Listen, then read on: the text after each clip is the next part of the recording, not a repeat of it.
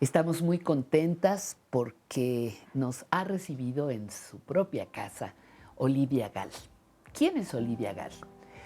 Ella es la coordinadora del Seminario Universitario Interdisciplinario sobre racismo y xenofobia. ¿Qué se hace para llegar a un seminario universitario interdisciplinario? En general en América Latina, hasta hace poquito, no se reconocía que nuestros países son países racistas. O sea, que hay mucho racismo en nuestros países, ¿no? O xenofobia, que es la xenofobia, ¿qué es? Pues es el miedo, el resquemor y luego hasta el odio por el extranjero, ¿no? Y el racismo, ¿qué es? Pues es un sistema estructural metido en los poros de las sociedades, mediante el cual son inferiorizadas personas o grupos humanos porque se les considera lo que se llama racialmente inferiores. Ahora, tomó mucho tiempo hasta que la sociedad, la prensa, la academia y las organizaciones, incluso del movimiento indígena y después afromexicano, dijeran, sí hay racismo. Bueno, esto es el principio de un camino. Me encanta. Y la UNAM, bueno, primero el CONACYT creó una red que se llamó Integra, la red interdisciplinaria sobre racismo y xenofobia, que yo coordiné entre el 14 y el 18. Sí. Y luego la UNAM nos dijo, ok, sí estamos de acuerdo en que la UNAM defienda esa causa, digamos, ayude a combatir. Y así fue como se creó el seminario UNAM. A mí me parece que es algo que nos cuesta trabajo identificar como país, pero individualmente también. Sí, bueno, en el mundo entero. En el mundo entero, sí, claro. No, yo te diría, no hay un solo país en el mundo entero que no esté racializado. ¿Qué quiere decir eso? Que en el fondo, aunque no se reconozca, sí se sigue pensando que dentro del país hay personas que pertenecen a razas diferentes. Bueno, ahora, ¿en México qué pasa? ¿Por qué en México se negó por tanto tiempo? Porque México construyó su identidad nacional. A mediados del siglo XIX, eso empezó sobre la idea y el amor por la idea de que somos un país mestizo. Entonces, como un país que declara a los cuatro vientos que está orgulloso de su estructura cultural, racial, étnica, mestiza, va a ser racista. Pues negamos que podía ser. Resulta que sí.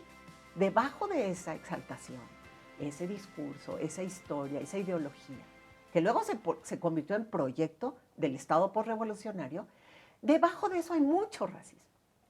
¿En algún momento tú te descubriste racista? Es muy importante esa pregunta y todos y todas y todes hemos incurrido. Lo podemos hacer. Hemos incurrido en discriminar yo te diría, a una persona o a un grupo, porque por dentro tenemos una cosa que a veces ni reconocemos, ¿verdad? Pero que ahí está, de que, bueno, este finalmente es inferior. Inferior por su condición racial. Todos hemos incurrido en eso. Ahora, claro que para poder reconocer esta cosa en ti, en tu gente, en tu grupo, en tu país, pues sí, tienes que hacer todo un proceso de cuestionamiento y de irte dando cuenta por algunas cosas que te pasan. Bueno, ¿a mí qué me pasó? Yo me fui a vivir a Chiapas en 1991 por azares del destino. Y yo hasta esa época trabajaba otros temas. Trabajaba historia política de México y la URSS, por decírtelo de alguna manera. Pero llegué ahí y yo veía las relaciones en el mercado, en el transporte, en la calle, y yo decía, ¿qué cosa? O sea, que hay un racismo brutal. O sea, las personas indígenas, a una persona no indígena, que se llamaba mestiza, cashlán, extranjera, o lo que quieras, no te miraban a los ojos cuando te hablaban. O sea, se bajaban de la banqueta, como Rosario Castellanos escribió en su libro. ¿Para qué pasaras? Sí, todavía pasaban esas cosas, o sea, pasaban muchas cosas y yo decía, pero qué cosa, que hay un racismo tremendo. El tema es el siguiente.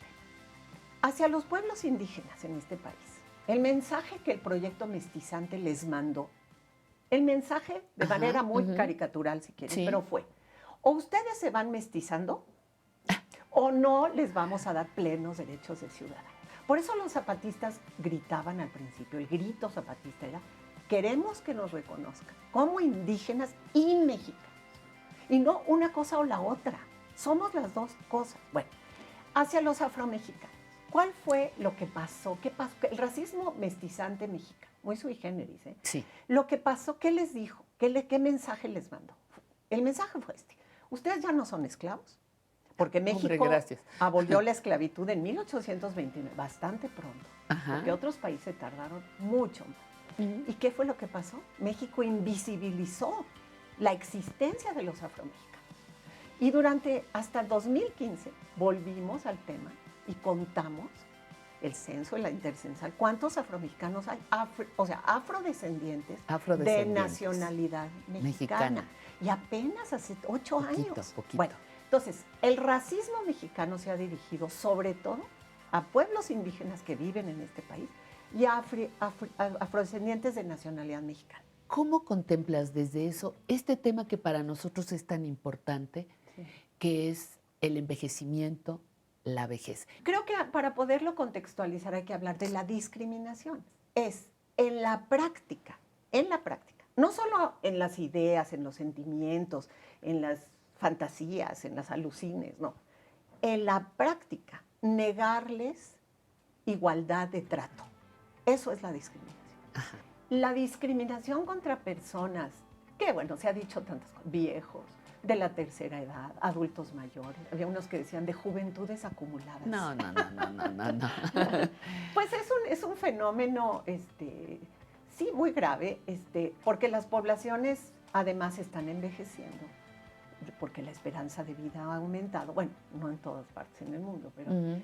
Y porque las culturas tradicionales, yo diría occidentales y no occidentales, que antes tenían toda esta parte de los ancianos los debemos respetar porque representan la sabiduría y debemos aprender de ellos y darles cargos honoríficos, si quieres, o de poder cultural, etcétera. Se está perdiendo en las sociedades modernizadas. Eso se está perdiendo cada vez más. Y entonces las personas de la tercera edad son vistas como personas que ya no son tan personas.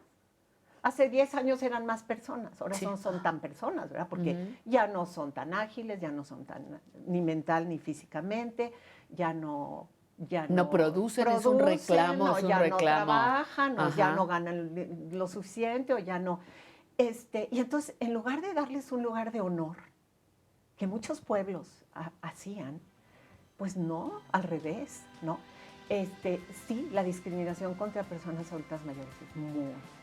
Y si esa discriminación se intersecta con discriminación de género, con racismo, con xenofobia, con capacitismo, con, qué sé yo, con tantas otras registros, pues se vuelve peor. Porque, a ver, una mujer indígena, que además es migrante, que además es de la tercera edad, no es que se le acumule la discriminación étnica, de género y contra la tercera edad, como si se sumara, no, se multiplica y se vuelve exponencial. La intersección entre discriminaciones se exponencia. Las personas mayores en tu historia, en tu vida, ¿qué papel han jugado? Ay, muy importante, porque, digamos, mi madre me llevaba 36 años, mi padre me llevaba 42. Ellos tuvieron hijos muy tarde, porque después de la guerra les costaba mucho pensar en tener hijos. Y entonces yo conviví con personas, amigos de ellos, mayores que ellos muchas veces, pues que eran mucho mayores que yo, o sea, considerablemente. Y los viví siempre porque así me educaron, de que no había una ruptura generacional, porque sí.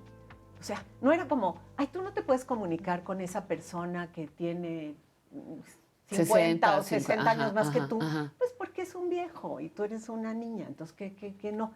O sea, en mi casa, había una cosa como no, todos podemos convivir si somos abiertos y si y si tratamos de establecer comunicación. Entonces, era un grupo de gente muy abierta. Podías hablar de sexo con ellos, de drogas, de política, y por lo tanto yo no me sentía como...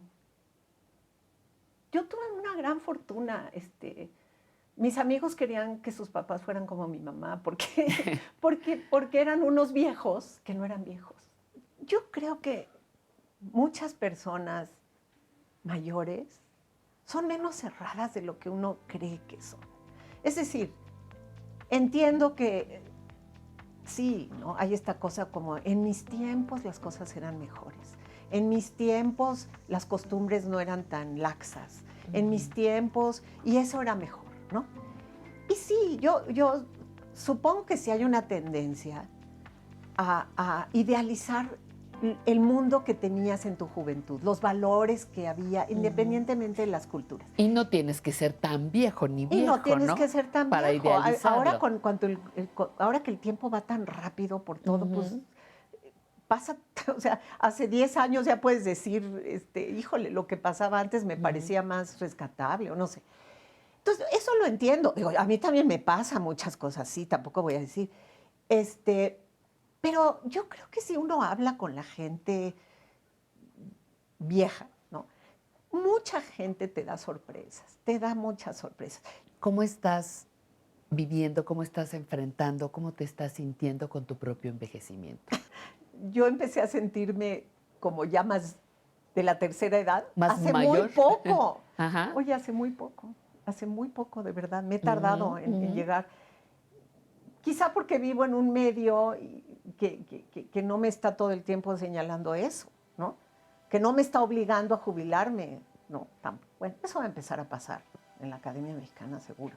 Pero bueno, uno tiene que reconocer, ¿verdad? Te empieza a doler el cuerpo, no eres tan ágil, se te empiezan a olvidar ciertas cosas, no te acuerdas tan fácilmente, eres más lenta, no tienes la energía para hacer deportes como haces. Extremos. No, o sea, te va bajando. Ajá.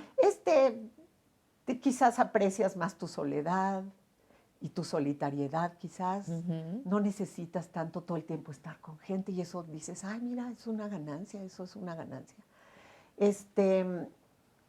Bueno, una cosa que evidentemente me ocurre es que mis alumnos de licenciatura, pues yo les triplico la edad, si no es que más. Y mis hijos a veces se burlan de mí porque me dicen, ma, tú llegas a las clases y entras como, yo sigo siendo la misma chava, háblenme de tú, no me tienen que hablar de usted, miren el pelo largo y los jeans. Y dice, pero ma, ellos no te ven así, ellos no te ven así, por más que tú quieras. O sea, no te ven así, ¿no? Por más buena onda que puedas ser, por más ligerita y livianita no que te ven llegues. así, sus códigos son otros. Entonces sí, tengo que decir, pues sí, pues ha pasado el tiempo. Y a veces me pregunto, yo sí creo que uno se debe jubilar. En el mundo académico, por ejemplo. Yo creo que sí, porque creo que hay que dejar entrar a los más jóvenes. El mundo académico está muy cerrado a los investigadores y profesores jóvenes. Muchísimas gracias, Olivia. Un gracias placer. a ti, un placer. Muy agradecida por esta conversación y muy agradecida de que usted nos haya seguido a través de esta charla.